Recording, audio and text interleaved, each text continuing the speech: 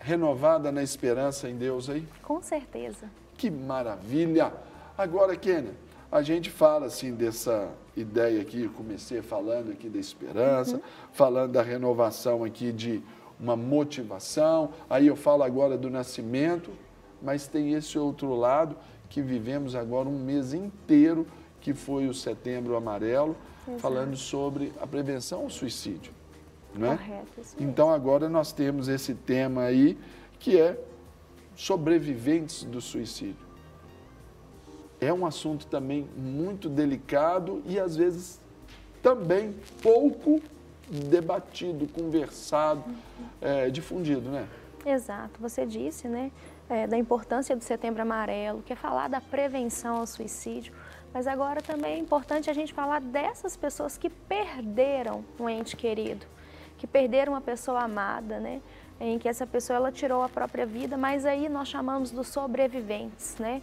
Nós sempre dizemos que uma parte dessa pessoa se foi também, né? Há um estudo que eu gosto muito dele, que ele diz que a cada suicídio cometido, Serginho, 50 pessoas que convivem com essa pessoa são afetadas. Então, são muitas pessoas que ficam enlutadas, né? Que passam aí por esse sentimento de perda, de raiva, como você bem disse no início, né? De tristeza, de angústia. Culpa, exatamente, de poder, assim, eu podia ter feito mais e não fez.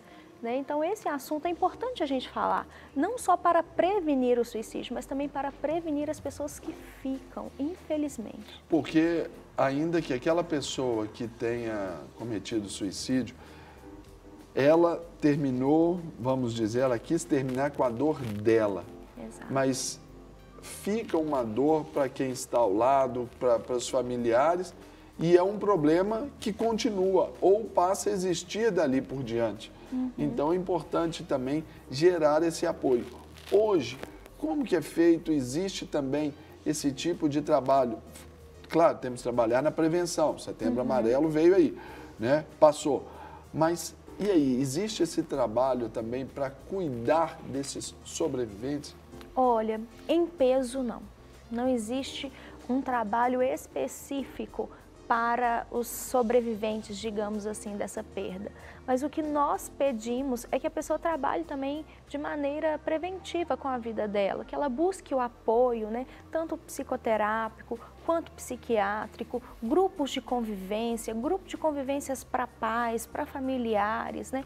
Isso é muito importante. Mas dizer que nós temos hoje uma cultura, Serginho, de que existe locais apropriados para falar da perda, não temos. Né? Um outro canal que ele também não é só para quem está na tentativa de suicídio é o CVV, né? O Centro de Valorização à Vida. Então, o número 188, ele também trabalha de maneira preventiva para os entes queridos, não só para a família, mas para os amigos. Porque acontece também de uma situação desencadear uma outra. Exatamente. Né? E é importante a gente falar também sobre esse dado, exatamente porque uma pessoa tomada então pela culpa, talvez pela tristeza, até mesmo pela raiva, pode gerar também mais um outro suicídio também. Exatamente. Você falou tudo, que é algo que a gente luta hoje, que é uma estatística alta, que é o suicídio transgeracional, que é uma situação que foi acometida em um determinado momento, né?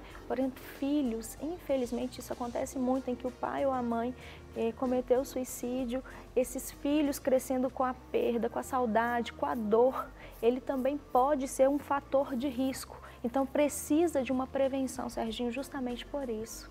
Nós vamos mostrar também algumas expressões que são muito comuns no dia a dia aí desses sobreviventes, para você de casa até entender, até como lidar e como receber essas expressões até para ajudar outros ou se ajudar e buscar ajuda também.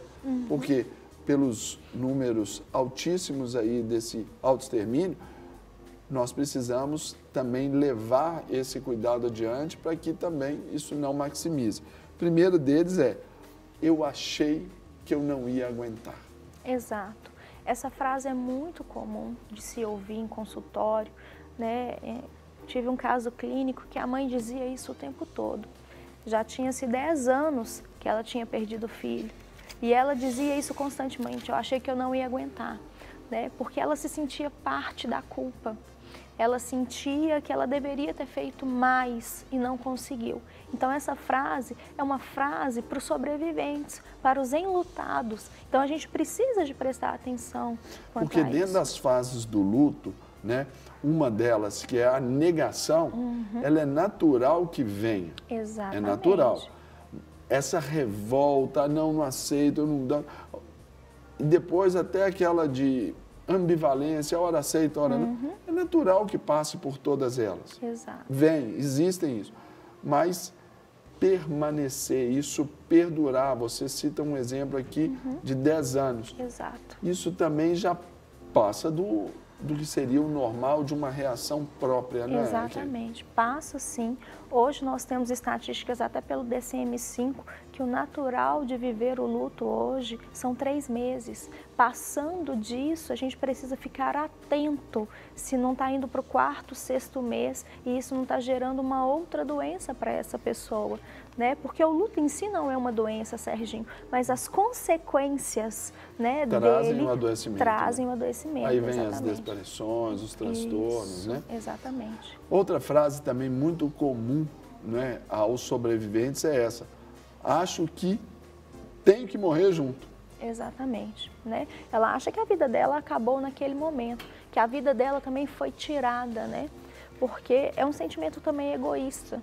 Nós vamos falar sobre o egoísmo agora, que muitas dessas pessoas falam assim, ele foi tão egoísta. Que é até a terceira frase aí que o Exato. pessoal pode colocar pra gente, a produção. Por que ele é tão egoísta ou foi tão egoísta? Exatamente, né? E é interessante essa frase que ela está no presente. A pessoa que ela vive o luto... Eu coloquei como se fosse assim, um Passado, questionamento passado, né? Mas ela é presente, porque Ela ele é tão egoísta, porque ela não conseguiu passar nem pela terceira fase do luto. O luto nós temos 5 fases, né? A terceira fase, que é essa fase da barganha, dessa ambivalência, ela ainda nem foi para o passado, ela vive aquilo com muita atualidade, né? Então o egoísmo, por que eu não fui junto? Por que não me levou? Por que não foi eu no lugar dessa pessoa? Então essas frases são muito comuns. Outra também muito comum, mas ele avisou e eu achei que estava brincando. Exato, isso acontece muito. Essa deve ser também, não é que eu diga assim, seja das piores, mas deve ser, reflete muito um peso aí, né? De culpa, né? De responsabilidade, Exatamente. de cumplicidade naquele ato. Justamente. Essa frase, ela gerou a criação do CVV. É muito interessante a gente pensar sobre isso, sobre o jovem canadense, que ele estava dando sinais que ele iria tirar a própria vida e a família não acreditou.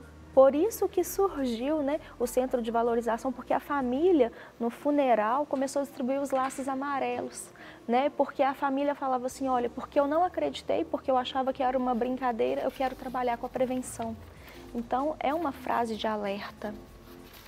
E outra também que reflete muito ainda, né, essa fase do luto não superada é: uma parte de mim se foi. Exato, exato. E isso é uma verdade, né? A pessoa... Em qualquer situação, seja ali pelo suicídio ou não. Mas, se o foco é o suicídio, essa frase também ela vem acumulada aí de outros, vamos dizer, fatores, outros ingredientes aí que pesam ainda mais para o enlutado, né? O sobrevivente. Exatamente. Porque assim, para a perda, nenhum de nós está preparado para nenhum tipo de perda. Mesmo que a gente trabalhe com uma prevenção ativa, Serginho, a gente não está preparado, porque nós não gostamos de perder. Imagina perder alguém que amamos tanto, que gostamos. E principalmente quando nós falamos de morte, né? Exatamente. Nós que entendemos e cremos que temos o DNA da eternidade, nós que fomos feitos para viver a eternidade, a única coisa que a gente nunca aceita ou diz estar preparado para é a morte, né? É a morte, é isso mesmo. E principalmente para tirar a própria vida.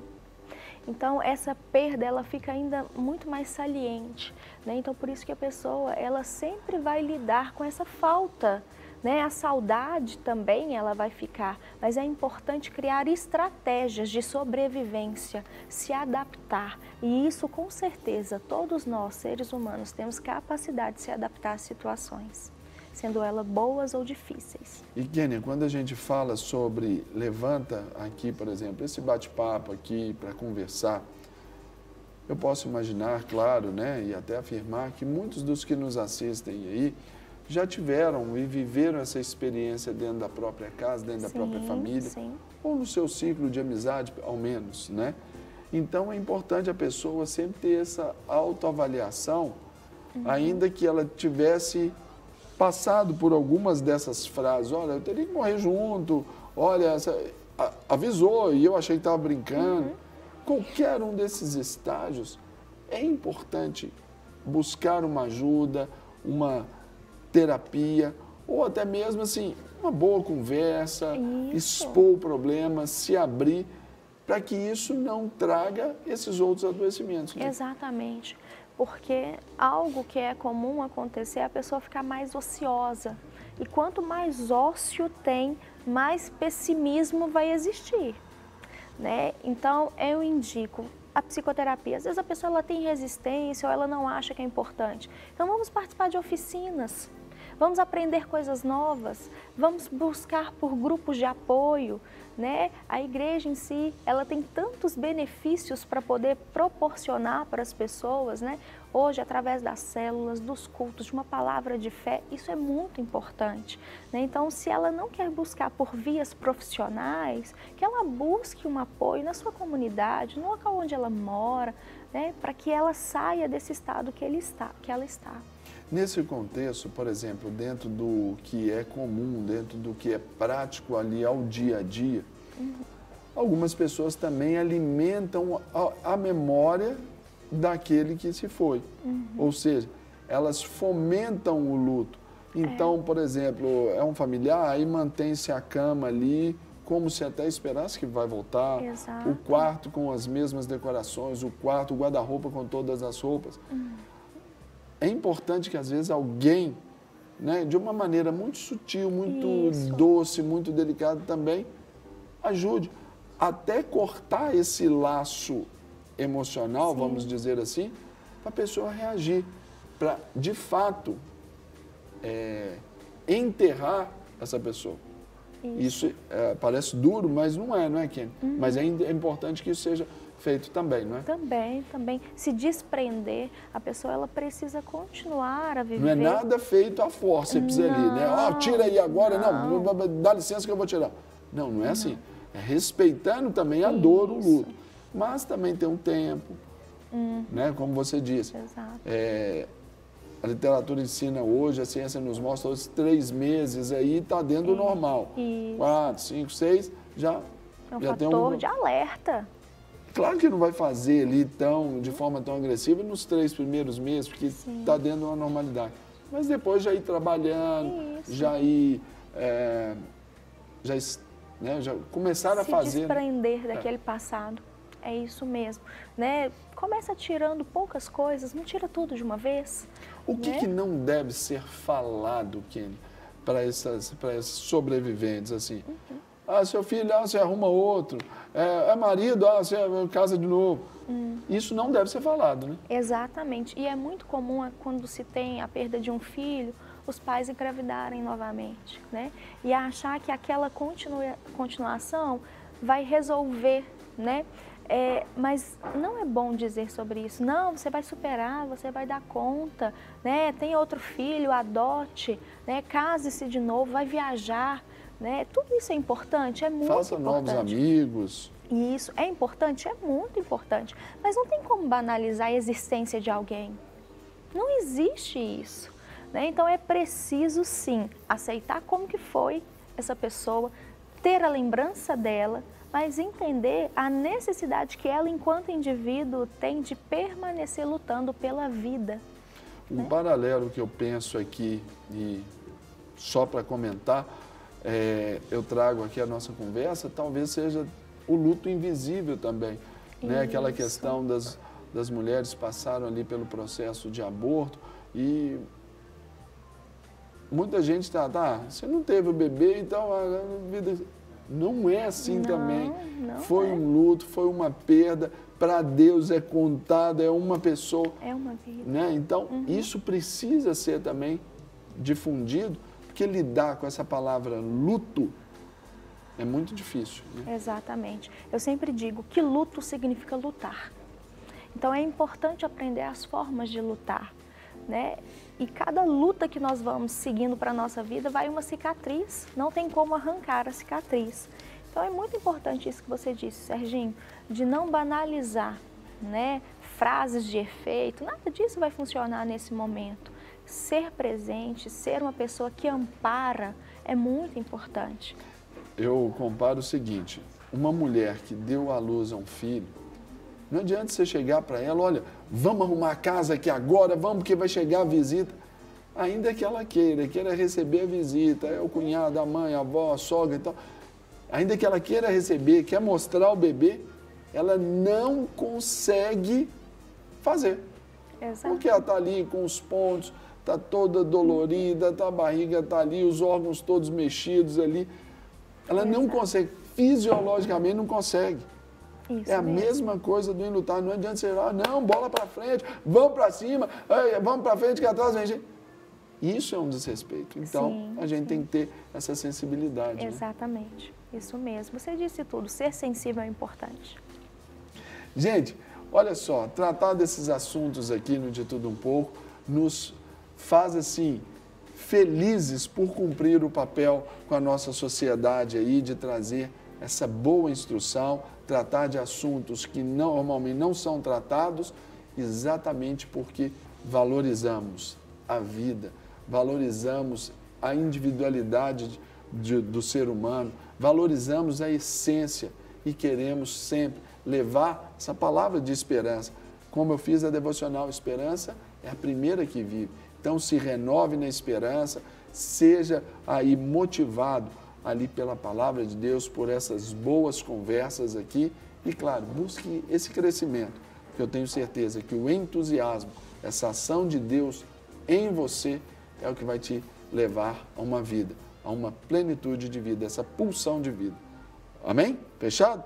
Gente, bati esse bom papo aqui com a Kênia Nepomuceno, psicóloga, e veio nos falar aí sobre esses sobreviventes aí do suicídio. Então, você passou? Conte com alguém, procure ajuda, CVV, a sua igreja, a nossa igreja. Queremos abençoar profissionais ali, terapeutas. Certamente você tem todas as ferramentas, só não pode ficar sozinho achando que vai lidar com isso sozinho. Ninguém nasceu para ficar sozinho, não é verdade? Então, vamos lá. Kênia, obrigado. Eu que agradeço. Mais uma vez, uma grande honra. Kênia, que é parceiríssima nossa aqui, né, verdade. Kênia? No nosso De Tudo Um Pouco. Obrigado pela presença. Eu que agradeço. Tudo de bom. Não quer ficar um segundo por fora da nossa programação? Agora você pode nos acompanhar através das plataformas digitais. Não perca tempo. Acesse, curta e siga-nos. Fique por dentro de tudo o que acontece por aqui.